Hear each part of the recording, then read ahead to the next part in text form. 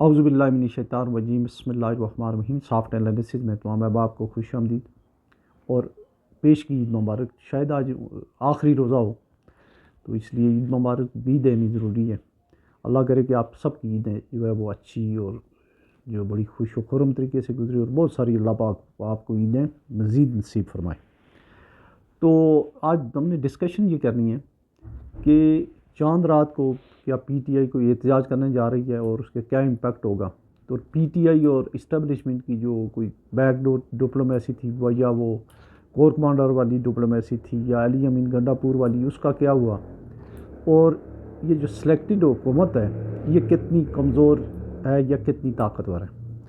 तो सबसे पहले जो है वो ये जैसे आपने सोशल मीडिया पे ये देख लिया होगा कि आज रात को या कल, जब भी मोस्ट प्रोबेबली आज ही रात को जो है चांद रात हो जाएगी, तो एक सॉफ्ट किस्म का शो ऑफ पावर करने जा रही है पीटीआई। अगर उसको कॉल ऑफ ना किया जाए तो एक अच्छा खासा शो ऑफ जो है पावर शो होगा।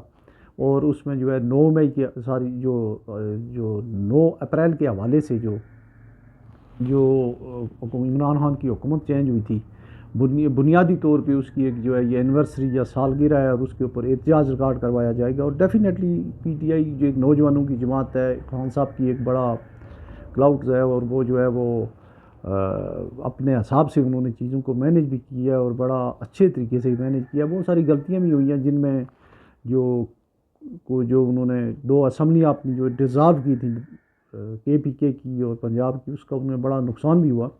लेकिन फिर भी जो है उन्होंने एक बड़ी लंबी जंग लड़ी है इस्टेब्लिशमेंट के ख़िलाफ़, कोर्ट्स के ख़िलाफ़ और ब्यूरोक्रेसी के ख़िलाफ़। तो अब जो लग रहा है कि आज उसका जो है एक वो करने जा रहे हैं, जो आफ्टर ईद जो इवेंट्स होने वाले हैं अनफोल्ड होंगे, उनका जो है वो एक आज वो आप कह सकते हैं कि उसकी एक रिहर्सल होने वाली है। अच्छा, इसके पीछे जो पहले जो बात थी, जो कोर कमांडर पेशावर के पास जो अली अमीन गंडापुर साहब गए थे या और लोग गए थे, तो उनकी जो कैबिनेट के लोग थे, तो उनको बहरहाल आशीर्वाद हासिल थी हमारे खान साहब की। और काफ़ी सारी जो है वो बातें हो भी चुकी थी। लेकिन पिछले साथ ही साथ पैरेलल कुछ ऐसे इवेंट चल रहे हैं जिनका लोगों को पता होता है या नहीं पता होता है। उसमें बहुत सारी तहकीकाती साफ़ी जो है बुलंदोबांग दावे भी कर जाते हैं, लेकिन उस कोई ना कोई बात ऐसी ज़रूर थी। पहले बुशरा बीबी ने इस्टेब्लिशमेंट के ख़िलाफ़ बयान दिया, बाद में जो है वो बयान दे दिया, खान साहब ने बहुत ही ज़बरदस्त बयान दिया और उसके बाद जो है वो तल्लुकात जो है या वो प्रोसेस मेरा ख्याल ख़त्म हो गया है। तो अब जो है आफ्टर ईद और जुलाई तक का ये जो एक ट्रांजिशनरी पीरियड है फॉर दी ये मौजूदा जो गवर्नमेंट है इसके लिए, और इसमें जो है कितनी जो है वो कोर्ट्स क्या करते हैं, उसमें जो है वो हमारी जो इस्टेब्लिशमेंट क्या करती है और पीटीआई क्या करती है, इसका सारी सब ने अपनी अपनी जो ट्राइपार्टाइट जो एक जंग है, उसमें हर किसी ने ये जो मैच है उसने अपना अपना जो है वो शो ऑफ करना है। और उसमें सबसे कमज़ोर जो है वो लग रही है वो शहबाज शरीफ साहब की हुकूमत लग रही है। शहबाज शरीफ साहब की हुकूमत इस लिहाज से कमज़ोर तरीन हुकूमत है कि उनकी जो है मेन वजारतों के ऊपर हर बंदा वज़ीर आज़म है, उनकी कोई सुनने मानने वाला नहीं है। और अभी से उनकी जंग मोहसिन नकवी के साथ, वज़ीर ख़ज़ाना के साथ, उसके अलावा बेशुमार दूसरे लोगों के साथ भी है। इस तरीके से जो है वो मरीम नवाज़ शरीफ जो हैं वो बड़े बड़े प्रोजेक्ट्स और बड़े बड़े ऐलानात कर रही हैं, लेकिन वो भी उस तरीके से वो कॉन्फिडेंट किस्म की गवर्नमेंट नहीं है। दूसरा, इतनी कॉम्प्रोमाइज़्ड और इतनी जो है लो डो की पॉलिसी के तहत शहबाज शरीफ साहब ने ये हुकूमत ली है कि उनको 2 तरफ से जो है वो खदशा है। एक तो इस्टेब्लिशमेंट की तरफ से जिन्होंने उनके ऊपर बड़ा स्ट्रॉन्ग किस्म के चेक्स हैं, 3 4 5 लोग जो हैं, जैसे सरफराज बुगती इस्टेब्लिशमेंट के आदमी हैं, मोहसिन नकवी इस्टेब्लिशमेंट के आदमी हैं, वो आद चीमा इस्टेब्लिशमेंट के आदमी हैं, ये सारे लोग जो हैं से ये जो वज़ीर ख़ज़ाना साहब हैं, तो ये सारे के सारे जो हैं लोग जो हैं ये उनके ऊपर चेक की सूरत में, और जो बिल्कुल जो है प्राइम मिनिस्टर जो है उज़्वे मअतल की तरह जो है वो एक तमाशाई बने हुए हैं और उनकी कोई बात सुन नहीं रहा है। ना वो कोई उस तरह की जो है वो जो पहले हफ्ते 10 दिन की बातें होती हैं वो नहीं है, परेशान ही दिखाई दे रहे हैं।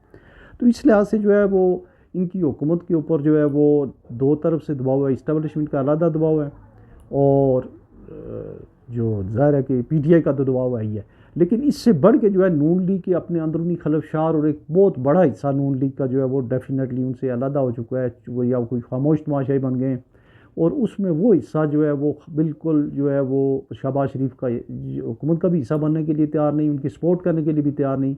जो कि नवाज शरीफ कैंप के लोग थे और जिन्हें मतलब हारे हुए थे, तो वो कहते हैं हमें क्यों नहीं जितवाया, जबकि दूसरे बहुत सारे लोगों को जितवा दिया गया। तो आल इन ऑल इसकी जो इस सेशन की वो सम आप यूँ है कि ये जो एक अभी जो रियल जो एक इम्तहान का जो दौर है, ये 3 महीने का, ये तीनों फ्रीकैन के लिए बड़ा इंपॉर्टेंट है। पर्टिकुलरली जो पीटीआई तो 2 साल से सर जो है वो रिसीविंग एंड पे ही है, लेकिन जो मौजूदा हुकूमत है इसके लिए बड़ा इंपॉर्टेंट है। और दूसरी साइड पे जो है नून लीग के ऊपर प्रेशर इस लिहाज से ज़्यादा बढ़ता जा रहा है कि जो कॉन्स्टिट्यूशनल जो जितनी भी पोस्टें थी वो ले गई है पीपल्स पार्टी। आज चेयरमैन सेनेट भी उन्होंने वो कर दिया।